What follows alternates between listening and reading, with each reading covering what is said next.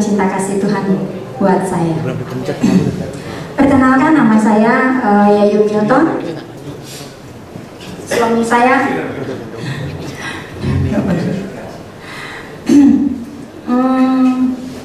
saya dulu latar belakang saya Muslim. Puji Tuhan, saya diperkenalkan oleh suami saya, yaitu Milton Matuan Kota. Dia adalah seorang gangster Jakarta. Yes. Ya.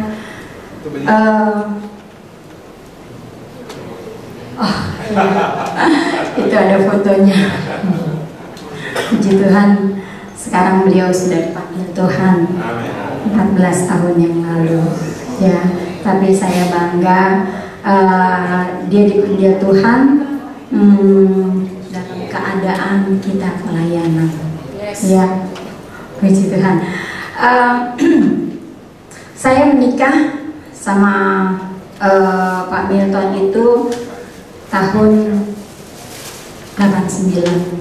Ya, akhirnya saya yang orang Jawa, yang halus, yang lugu, yang lembut, karena ketemu suami orang Ambon, akhirnya karakter saya jadi berubah, kebawa jadi karakter Ambon. Ya, di sini ada Bung Jackson, ya dia adalah adik saya. Ya, dari kampung dia, semua dekat sekali dengan saya. Ya, Bung Jackson ya. Terima kasih Bung Jackson, saya diberi kesempatan untuk memberikan kesaksian di tempat ini.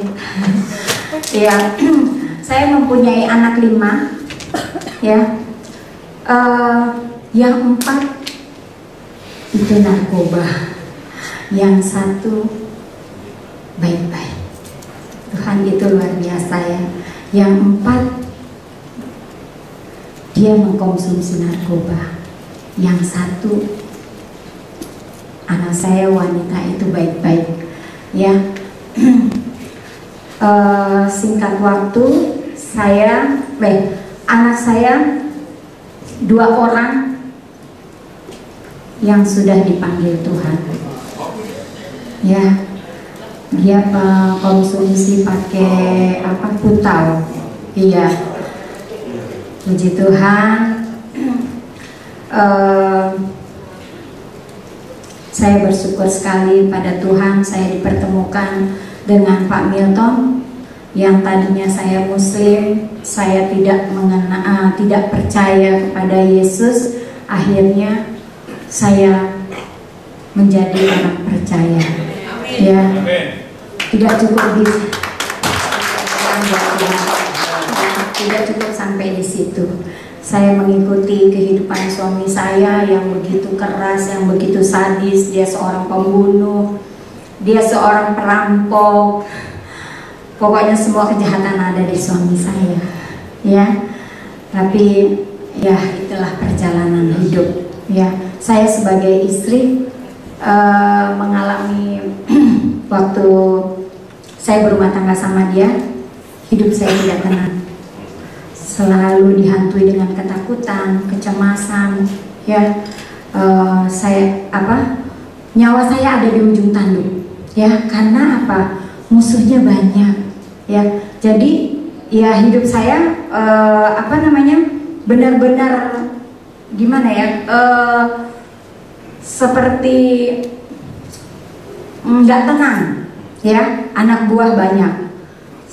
Dulu di rumah aja anak buah kurang lebih 50 orang.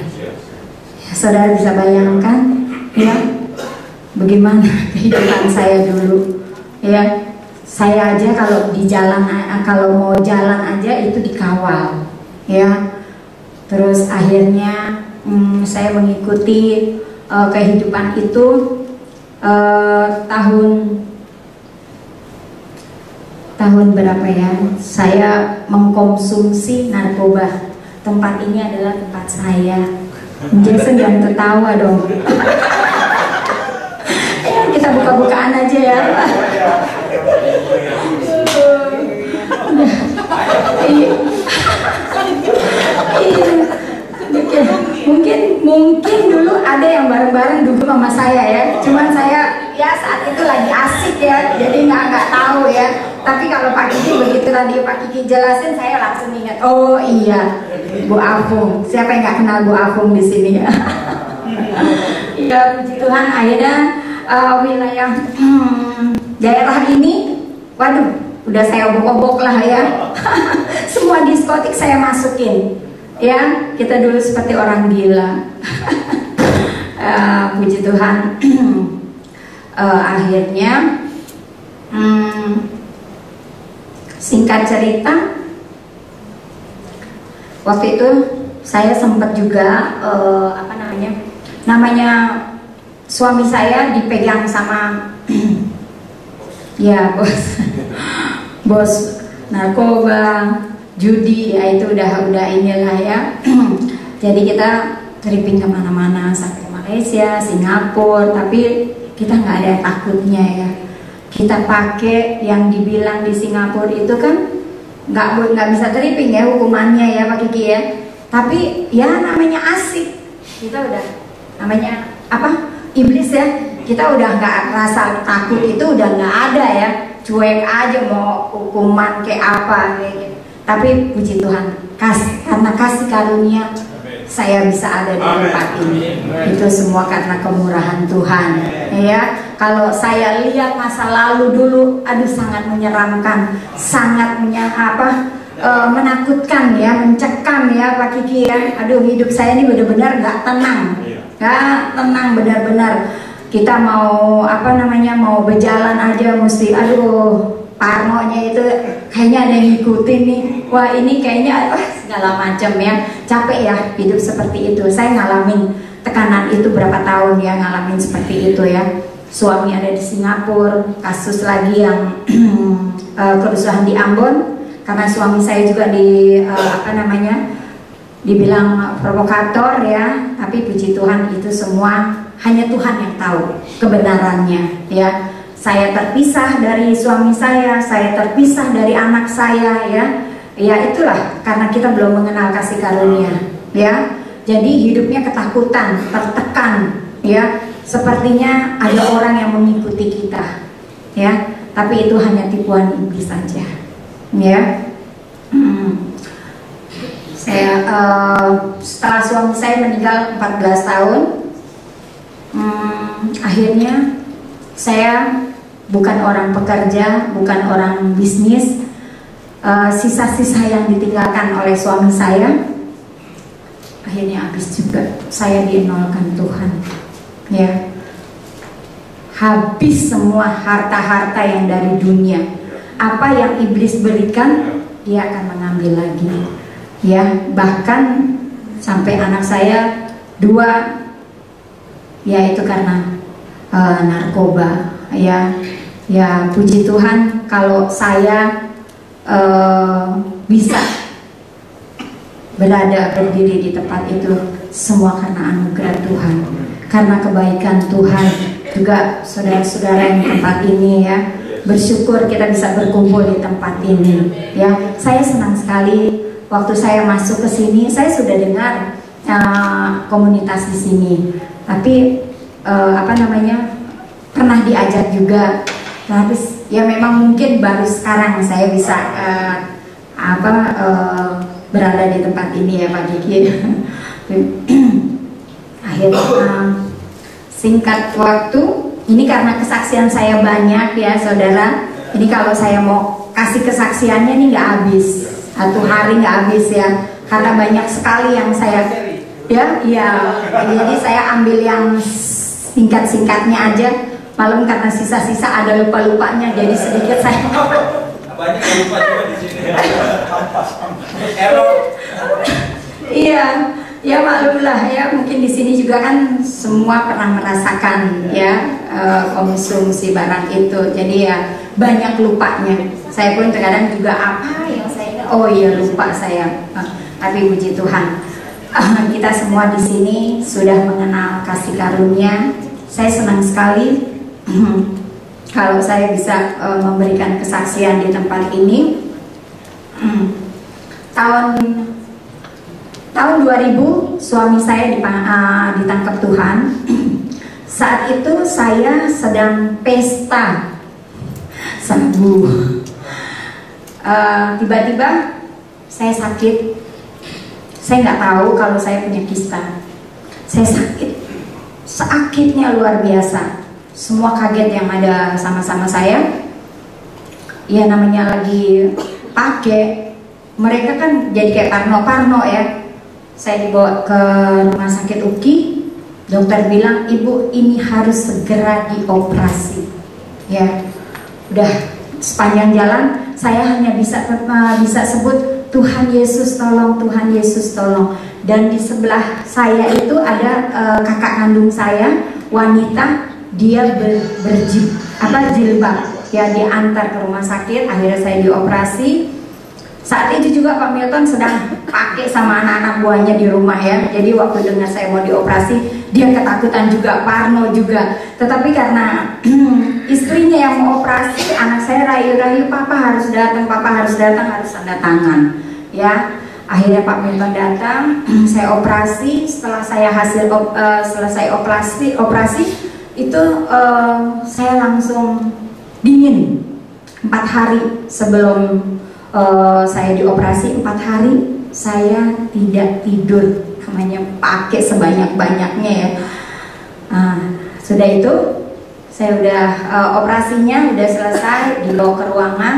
Saya itu dingin sekali seperti es. Dan saya bilang sama Pak Milton, saya bilang saya sudah gak kuat lagi, tolong titip anak-anak saya.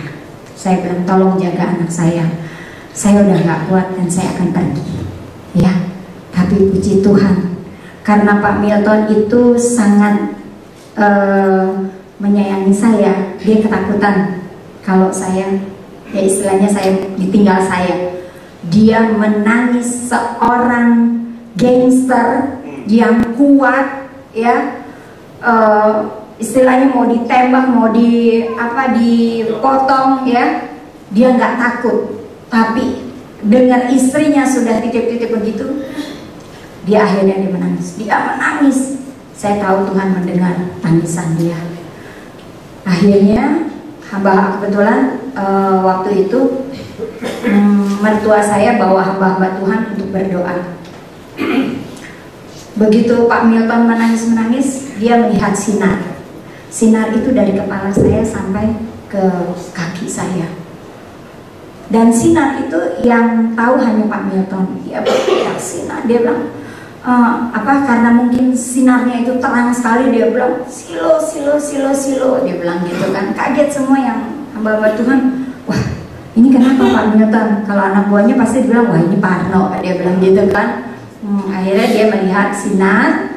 Dari situ dia pulang ke rumah, dan sinar itu juga terus mengikuti sampai di rumah. Tapi puji Tuhan, dengan cara seperti itu akhirnya Pak Milton dia mengalami perjumpaan dengan Tuhan. Ya, kita bikin ibadah, dari situ kita mulai ibadah. Pak Milton dipanggil bersaksi kemana-mana. Ya, Tuhan hanya kasih waktu 5 tahun Pak Milton melayani. Ya. Akhirnya kita bertobat, tapi beda. Pertobatan yang dulu itu kita berbalik 180 derajat. Tetapi kan kalau pertobat sekarang kan paradigma kita diubah ya, mindset kita diubah ya, paradigma kita ya, jadi beda ya. Jadi pertobatannya memang sih, pertobatan Pak Milton memang benar-benar dia meneruskan misinya, dia melayani ke penjara-penjara seperti Pak Jackson. Dan saya juga sekarang meneruskan pelayanan dari Pak Milton ke penjara-penjara. Ya, puji Tuhan. Tahun 2005 Pak Milton dipanggil Tuhan. Ya, Pak Milton dipanggil Tuhan di Bali, dan saya hidup bersama anak-anak. Goncangannya yang luar biasa.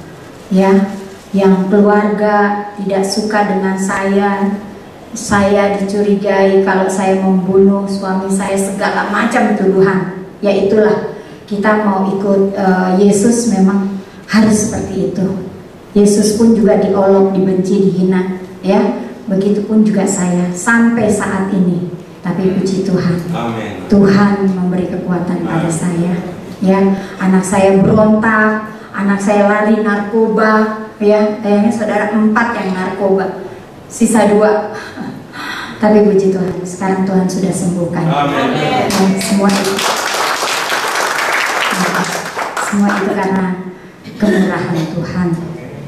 Ya, nah, harta saya dihabisin sampai 0, 0, 0, 0.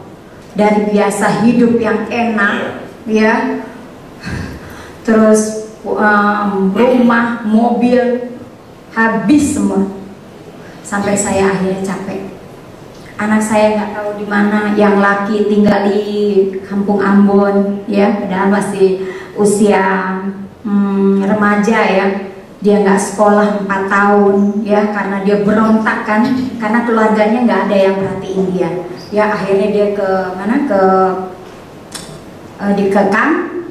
Saya juga bingung, loh, saya ditinggalin sendiri tanpa anak-anak. Akhirnya saya juga mulai, waktu itu saya belum mengenal kasih karunia. Saya bilang sudah, sekarang udah, anak saya juga nggak ada, tinggalin saya. Saya kasih harta saya yang ada, seperti ya barang-barang di rumah, saya kasih ke gereja, saya sumbangin. Karena apa? Saya pikir saya sendirian mau ngapain? Saya di rumah. Apalagi kalau lagi kita pakai kan, wah, udah pikiran udah kemana-mana, ya. Akhirnya saya kasih sumbangkan ke gereja. Dan saya bilang, saya mau tinggal di kontrakan. Saya sempat tinggal di kontrakan, saudara.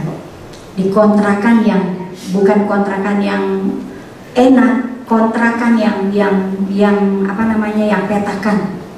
Saya di situ, apapun yang terjadi terserah aja deh. Saya udah pasrah dengan kehidupan. Sudah capek. Saya juga ikut Tuhan, saya masuk gereja, hamba-hamba Tuhan kena lagi buat saya. Yang narkoba lah, yang penjina masuk, ya. Akhirnya saya kecewa, jatuh bangun.